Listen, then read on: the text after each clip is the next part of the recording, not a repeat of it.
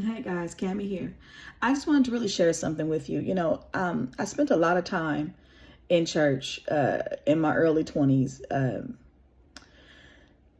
it was a beautiful experience. It really taught me that God cared, that I wasn't in this world alone, and that there not only were people that actually cared, but that there was new information that I could be given to change the trajectory of my life. A lot of people wonder how I got to this space where I'm always talking about things and being positive and trying to show people the way forward in their life. It's because when I really needed it, it kind of found me. I think the Bible says that, we seek God, but we only seek him because he has sought us. He's drawn us to him. And so we don't come to him but simply because of a desire, but because of the fulfillment. And I talk a lot about how fulfillment and desire are born together. And that's where I get that from. If God truly is drawing us, causing us to seek him, then truly fulfillment may almost come before desire. Okay. But anyway, that's not what we're talking about today. What we're talking about today is a paradigm shift. One of the things I used to hear about all the time, the paradigm shift, God's doing a new thing, right?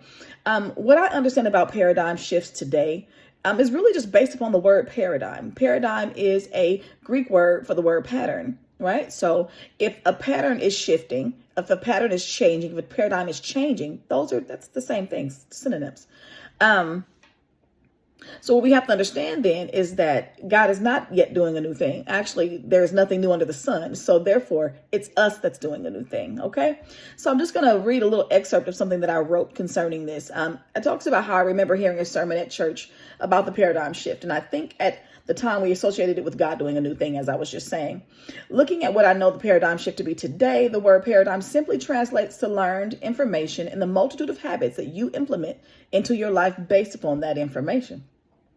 It's kind of like when we're born, right? When we're born and we have stimulus around us, it's the information that comes in, we're sponges at that time, right? And then one day we learn that we actually can think as well. So we begin to think and utilize the information around us. It's not just fed to us. We begin to seek out information and in turn, live our lives based upon the new information that we have.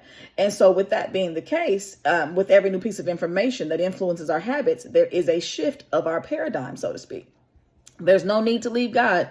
There's no need to leave to God what he has already left to us. If we're born with the particular ability to do something, you wouldn't say, okay, God, help me think today. Well, actually, it's you that thinks, right? It's you that speaks, that talks, that walks, unless for some reason you have been hindered. And then, of course, you need to pray and ask God for help. And that's understandable.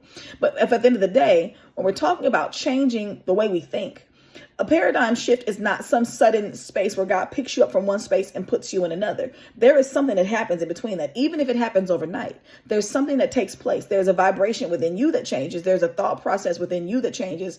There is a resistance or a non-resistance in you that changes. And so this concept is kind of elaborated and based on the law of non-resistance. One of the teachings is by Bill Proctor. And so what we can look at is our patterns. If our pattern is shifting, our paradigm is shifting. If our pattern is shifting, that means that our information is shifting. If our information is shifting, then our thoughts are shifting. If our thoughts are shifting, our vibration is shifting. If our vibration is shifting, then our results are shifting. Thus, our paradigm has shifted in the past tense at this point, right?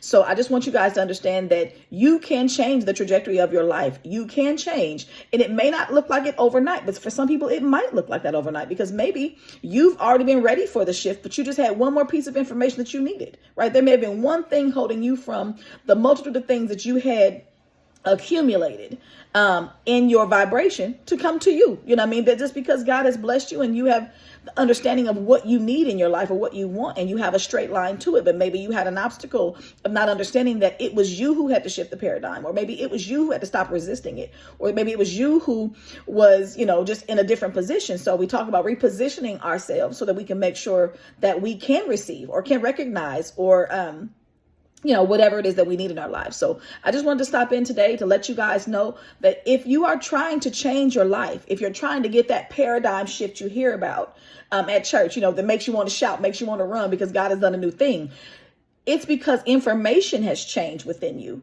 let's be practical so that we don't lose that blessing or that ability to see what God is doing. I think sometimes if we put too much on the spiritual aspect of it, we forget that it's a very natural, very physical process within our brains, within our hearts, but even within our stomachs. We don't talk very much about the fact that our stomachs really are a nerve center that has almost just as much nerve as our brain does. So that when we are feeling anxiety, we feel it in the pit of our stomach. When we're feeling our gut feelings, we feel it in the pit of our stomach. When we have an intuition type feeling, sometimes we feel in the pit of our stomach.